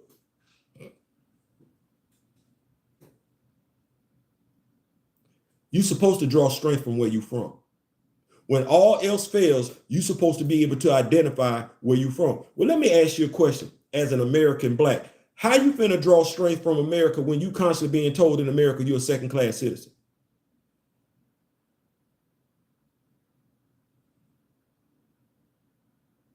How are you supposed to honestly take ownership of America when people keep telling you it's only 17% of y'all in America? You don't matter. If you truly took ownership in America, nobody would be able to tell you a damn thing about how you move in America. Theo, the new death penalty in Florida, what is going on down there? We got an asshole in office who is riling up the base. He's a more articulate, younger version of Donald Trump. And yes, I'm talking about Ron the suck ass. And I'm not going to call him a governor, not because he's disingenuous. He's a fraud. He's a racist. He's evil. So I'm not going, and he's a bully. So that's what we got going on down here. I can't wait till his dumb ass get out of office. I can't wait till the nation of America and the world come together to put stupid ass bullies where they belong in the background, stop letting their asses run for office. But to do that, education has to come around. As education has to come around. So the question is cognitive dissonance. Cognitive dissonance. I'm going to keep that right there. Because they say when you know better, you're supposed to do better. Okay, well, that's why I showed them who you are with such a pivotal moment in the Black Panther, draw strength from where you from. Exactly. Well, if you know better, you do better. I'm looking at you. Why you black? Because the only reason why you black, because they told you black because somebody you don't trust, somebody you don't too particularly care for, somebody who low-key done had their knee on your neck since they met you, you black because they told you was black. Before then, you were African. Why is that not good enough? Why has black superseded African? Because when they get by themselves, here's what I know. White is never more important than being Irish. White is never more important than being French. White is never more important than being English. It's not. It's not. And I just need everybody. White is never more important than being Scottish. It's not. White ain't more important than being Russian. White ain't more important than being Ukrainian. White ain't more important than being Czechoslovakian. No, they know who the hell they are. They can go back home any damn time they want to. They got visas and everything like that. And when they go home, they finna link up with the family that's still damn there. They finna go there and they finna talk their native damn tongue. They not finna tell you that because that's not your damn business. But you know who don't talk their native tongue? Do you know who don't talk their native tongue? And I'm pissed because I've been ringing this damn bell for about 30 damn years now. Do you know who does not use their native tongue? A black person. And you good with it. Why? Because you're black. No, you suffer from Stockholm syndrome. You've identified with your oppressor so much to the point where you reject everything else about you except for a color that really don't apply to you. Unless we're talking about the color of your hair or your clothing. You rejected who you are and you won't admit it.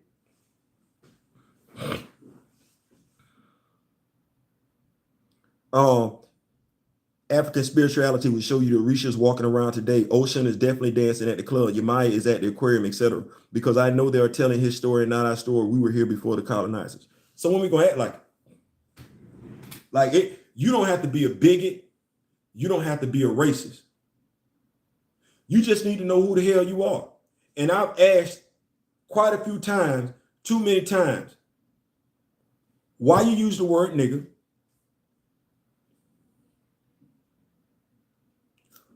Why you call yourself black? Because that was nothing you was calling yourself before they brought their happy asses to Africa.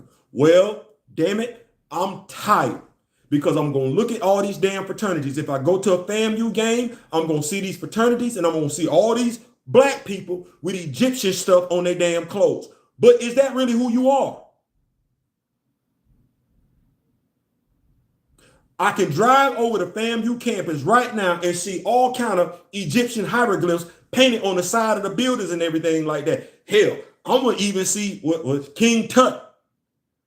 But damn it, that's Egyptian. And let them tell it, they're not black. But it is from Africa. But what are you? Do you know? Do you care?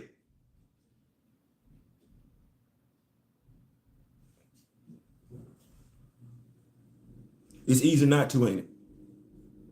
I'm just gonna be honest with you. It's easy to be black and not be African. It's easy. I get it. I don't like it. You got to walk and talk a certain type. Well, hold on, wait a minute.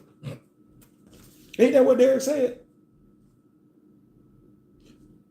He wants his brother's legacy to be a man of faith, a man of extreme intelligence, a man who took the gifts that God blessed him with and multiplied it. You honor Chadwick Boseman? A man of extreme intelligence. Well, if I'm a man of extreme intelligence, then I reject the label, because that's all it is, a label that another man gave me. Extreme intelligence?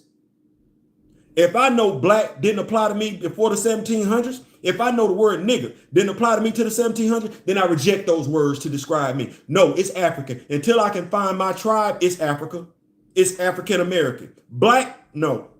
Now, if you want to call me black, that say more about you. But don't you want to know where you from? Shouldn't you want to know where you from? Shouldn't you want to draw strength, power from where you from? Because they do it all damn day long.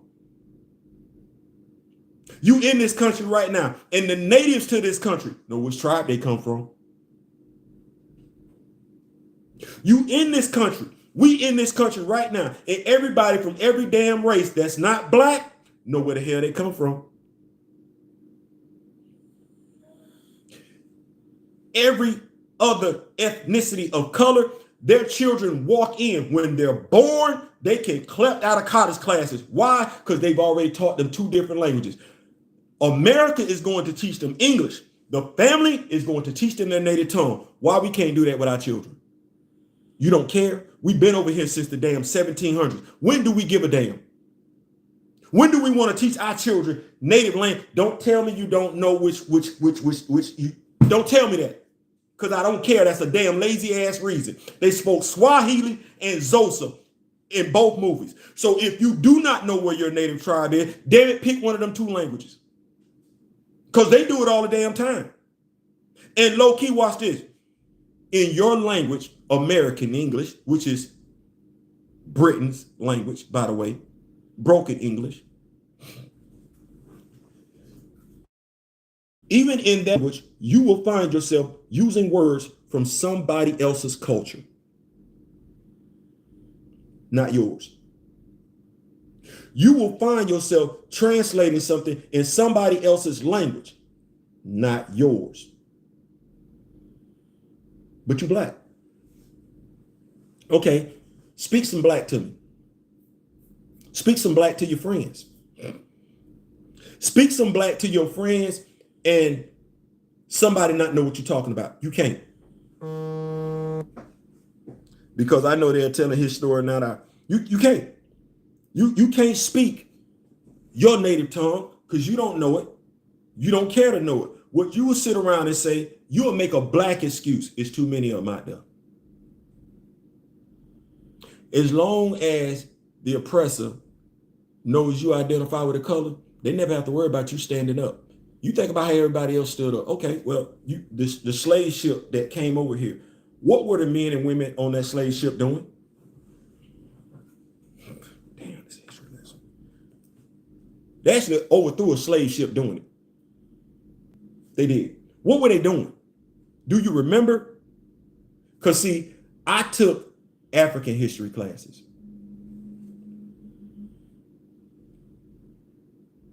In America, they call them black history classes because that's what America calls folks to look like us. But I took them history classes. Did you?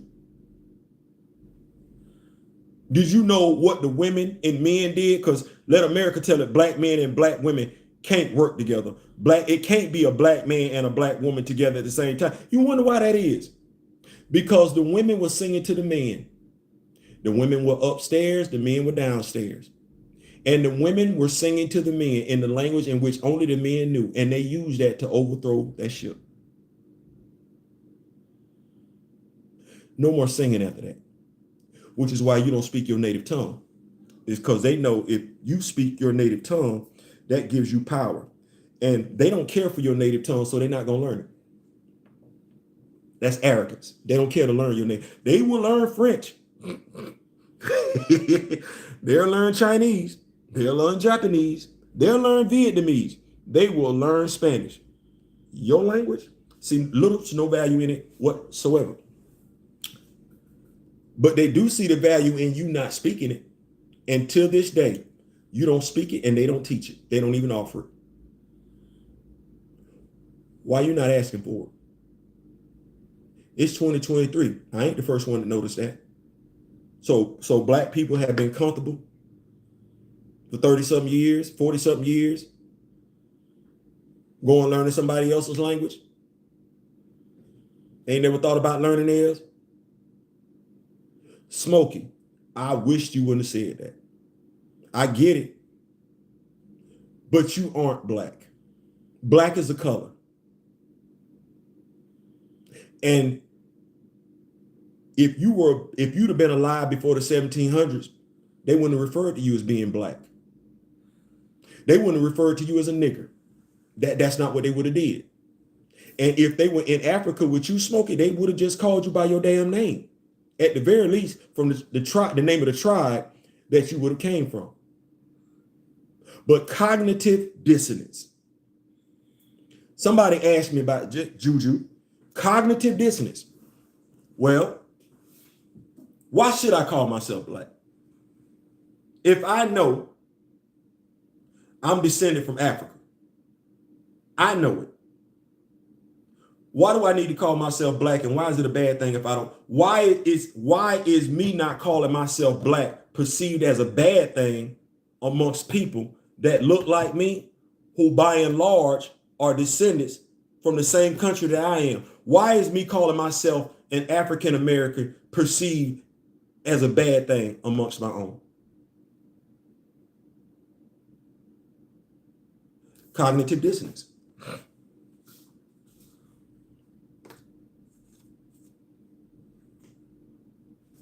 Cognitive dissonance. What you want me to do? It's no different. That part right there, that knowledge right there, that I am descended from slaves, that bit of knowledge right there,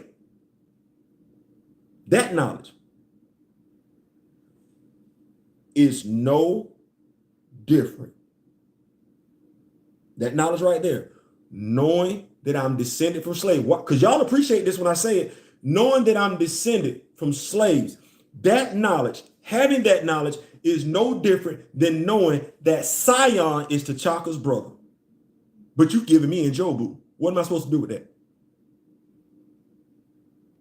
You giving me Njobu, but I know Sion is his brother, is T'Chaka's brother.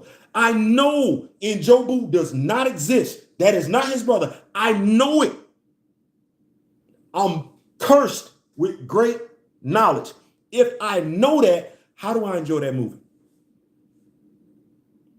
For me to enjoy the movie past that point, I would have to check out. I would have to start exercising cognitive dissonance. If I know that they got Okoye running around like she taught the doors everything, but I know it was Anika, for me to enjoy the movie, I must practice cognitive dissonance. Knowing the fate, knowing how T'Chaka died, knowing the symbol of his death, and what that spurt. See, every hero starts. So we see that started T'Challa's journey as a hero. His father died in front of him. Nobody gives two damn about that because, as Derek alluded to, you don't want that. Yeah? What did Derek say? And I could be completely wrong, but a black man being a king does not fit the narrative or what they want the world to see. A black man being a victim, George Floyd. A black man being killed in the street, George Floyd. Yeah, but a black man being a king, I can't say that because I know some people like we have Barack Obama is multi-ethnic. He is. He is. And y'all already know how I feel about that race thing, right? So if it's either he biracial or he multi-ethnic. He ain't black. African. as in that's where both his people come from. No, that ain't what that is. That ain't what that is. So we still waiting on that king. You know what? No, we're not. We had kings. They all gone. Martin Luther King, gone. Medgar Evers, gone. Malcolm X, gone. The Black Panther Party, which was a mixture of black men and women. I know it's a new Black Panther Party out there, gone.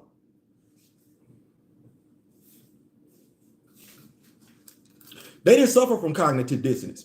The Black Panther Party, they learned the laws where they stayed at.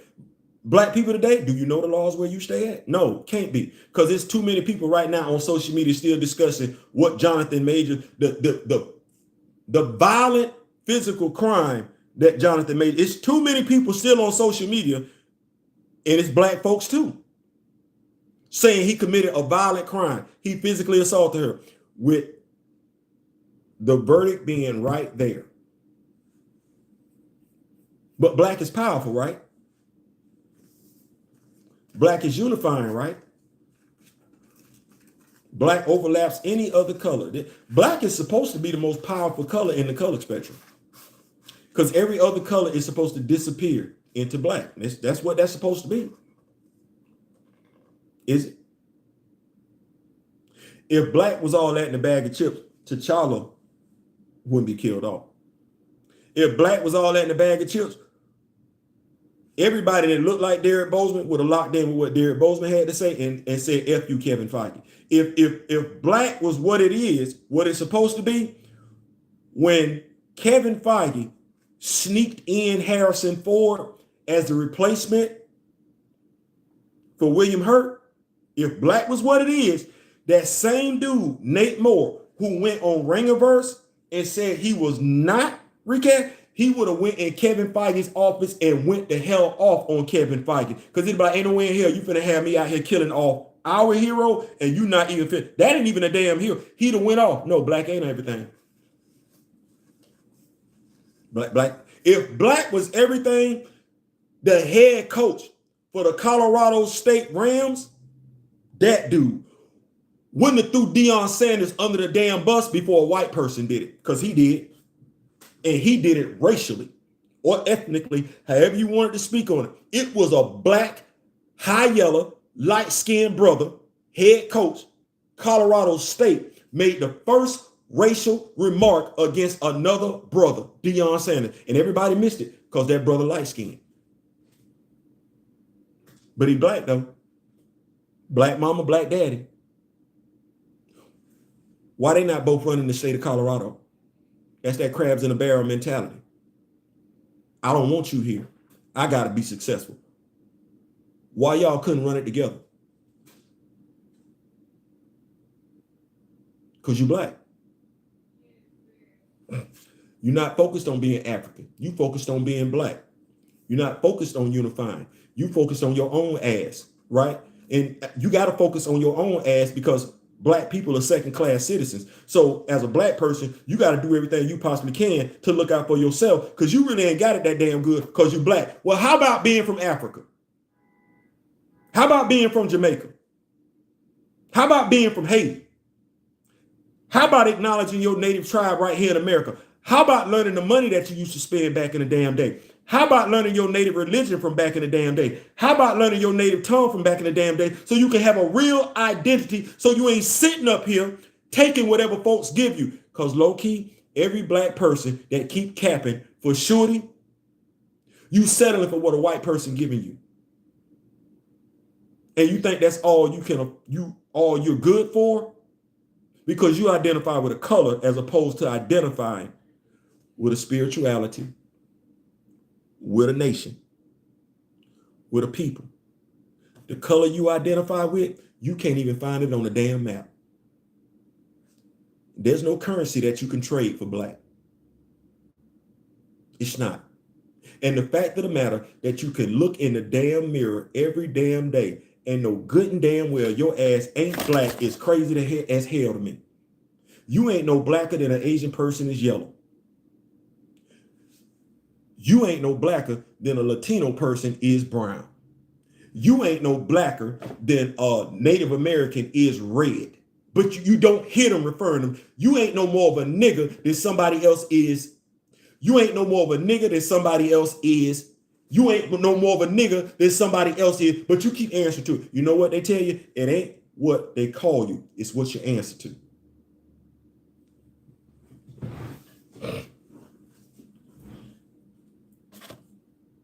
Cognitive dissonance. Don't ask me, and I'm not, this ain't at one particular person. Don't ask me why I don't identify with black. I got a nation to claim. Fuck a color. I got a whole nation. I got a nation that's rich with history. It's actually on a damn map. There's a religion there. There's a language there. More than one damn language. And all I got to do is find it. And I can go speak it. I can learn it. And I ain't going off of this stuff because we've been dealing with this nonsense since I was a child, where you finna paint Africa as some poor country and everything. If Africa was poor like that, you wouldn't have brought your ass over there to come get me. You saw value in Africa, so I'm not doing that. And if the value is me, Africa is never poor. If what you saw in Africa was the value of her people, then Africa is never poor. That's a perception. And you can keep that one to yourself. Oh, let's keep going. I know you're like, damn, Theo, hey, man. I just wanted to get that out there. Just put that out there and everything like that. Share that out there with the Rock With Me Nation and everything like that. Let's see. So, segue.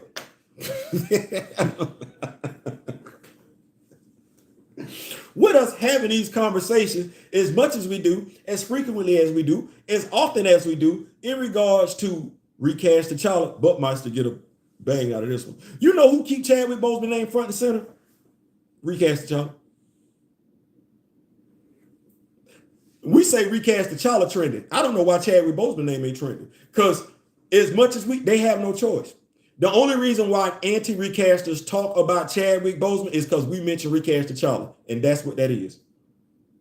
I don't know why and now if I'm gonna give somebody criticism, I'm gonna give them a compliment too. E-Man did say the quickest way to kill a man's legacy is to stop telling his story. He did say that. Well, how often do we talk about Chadwick Boseman? Every time we talk about recast T'Challa. Every time we talk about recast T'Challa, somebody got to talk about Chadwick Boseman. And there's nothing wrong with that at all. You got to keep talking about it. Yep. Now, here's what the dumb, the stupid, the less intelligent don't realize. Every time you see Black Panther in the movie, you're going to always think about Chadwick Boseman. There's no escaping that one. Now, mind you, you're going to be inclined to think about somebody else if we do Toussaint. See, that's the danger of it. The young man's name, he's coming in under Toussaint, T'Challa Jr. That's his role. That's not Chadwick Boseman's role. That's his role. That's his role. So every other every other actor that comes in to play Toussaint T'Challa Jr., we're going to always remember him first. It's no different than remembering George Reed. It's no different than remembering Adam West. It's no different than remember Michael Keaton. You're going to always remember the first actor you see play that role. Now, if you like me and you, not liking me, but if you like me, my age wise, Adam West was your Batman. Well, when you saw Michael Keaton, you thought about Adam West. That's what you did. He didn't replace him. You thought about Adam West. Adam West was your first Batman, your first live action Batman. Every time you saw Michael Keaton, you thought about Adam West. Now watch this one. If Adam West was your first Batman, every time you went to go see Christian Bale as Batman, you thought about Michael Keaton and Adam West. There was no way you did not think about Adam West. I'm sitting here right now, and while I cannot remember the name of the brother that I saw play Captain America, his name is not, he's not lost on me visually speaking. Even though I know Chris Evans played that dude, I know somebody played him first. I know at least two other actors played that dude first. It is no different than with Wesley Shipp. That's the first live action Flash. I like Grant Gustin. I do. I think he did a phenomenal job. I'm going to always remember who did it first. And if we want to talk about it, Legacy. The CW. They didn't get that right? Yes, they did. Legacy. Homage. Honestly, CW did in Flash in the CW before they did it in the Multiverse of Man. I mean, not Multiverse of Man, Spider-Man No Way Home. You got 3 Peter Parkers. Well, over here, Final Crisis, how many Clark Kents did you have?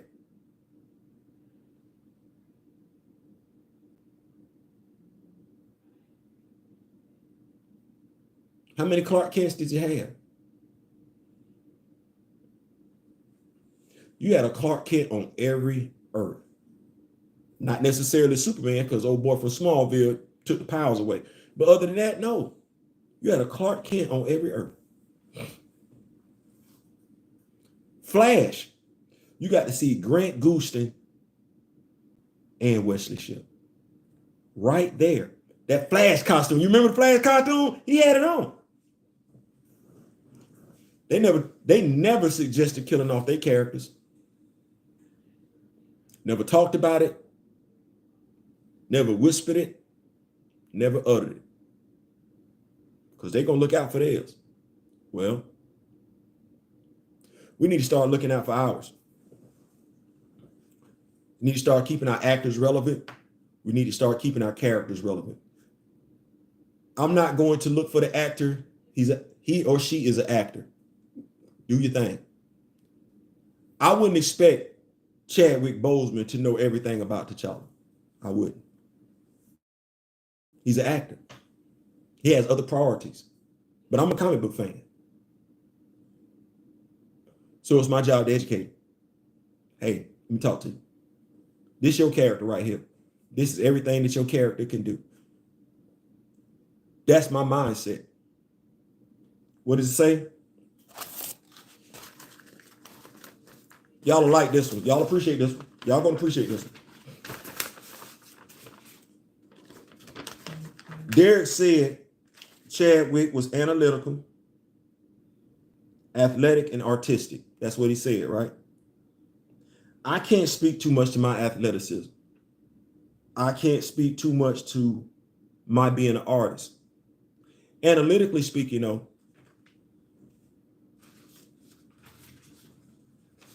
it's not Marvel's job to make sure that Dr. Eve Ewing knows what she's talking about in regards to Black Panther. It's my job. It's our job. And I ain't got to directly contact her for me to try and give her bits and pieces of information. I'm analytical. There's more than one way to skin a cat. No. Do videos talking about the source material. If she can't get the assistance that she needs in regards to the source material from the editorial team, at the very least, she'll be able to look at somebody's videos and know that somebody that looks like her gives a damn about the character that she's writing. But not only that they just give a damn about the character that she's writing, but that person is knowledgeable and cares about the character that she's writing. It's going to be kind of hard to go wrong if we help her. No different than Grand Madam Tarot and Kamoyo Kid. Mr. Ray Smith has written in as well. He hadn't got a response, but Mr. Ray Smith has also written in to Marvel. Well, movies, kings and queens. Movies, kings and queens. They say the epitome of stupidity is doing something over and over again, expecting a different result. Well, we've been moving as Black people for a long, long time now. Yeah, I think that's safe to say. We've been moving as Black people a long, long time now. Let's try for the entire year 2020-24. The Rock With Me Nation, Black Panther fan group, recast T'Challa. In 2024, starting today, because I believe in approaching the year the way you're going to live it, let's start moving as kings and queens. I think we owe it to ourselves to at least for 12 months, move as kings and queens, and see where that gets us. What do we have to lose? I ain't saying, I'm just saying. Listen, man, I appreciate y'all for rocking with me. almost at the 2 hour mark, 1:59. I told y'all I thought we was gonna have a great show. You could have been anywhere else today, but you chose to be here with me. So I greatly appreciate that and everything like that. Listen, click, like, share, subscribe. If you have not had an opportunity to check out the Urban Faith Derek Bozeman video, I urge you to do so. Once you view the video and everything like that, I urge you to share the video. Friends, family members, loved ones, co-workers, share it. They say if you know me, grow me, and sharing is caring. Well, education is key. This character, we love the character, we love what the character stands for. Not only the character, but if you look at what I just said about the actor, brother, Chadwick Boseman, well, those are things, attributes, characteristics to strive for as well. So ain't nothing to it but to do it. I ain't saying, I'm just saying. Listen, that's my time. I appreciate y'all rocking with me and everything like that. I'm going to try my best to come back to y'all later on today with some more comic book related content and everything like that. But like I said, this is what a week it was Wednesday. This is our full-time job. So let's get those subscriber numbers. We at what, 887? 13 people. Can we get 13 people? Can we get to 900? Can we get to 900 before January 1st? That's all I'm saying. That's all I'm saying. We're going to be getting these posters out. I ain't saying, I'm just saying. Peace.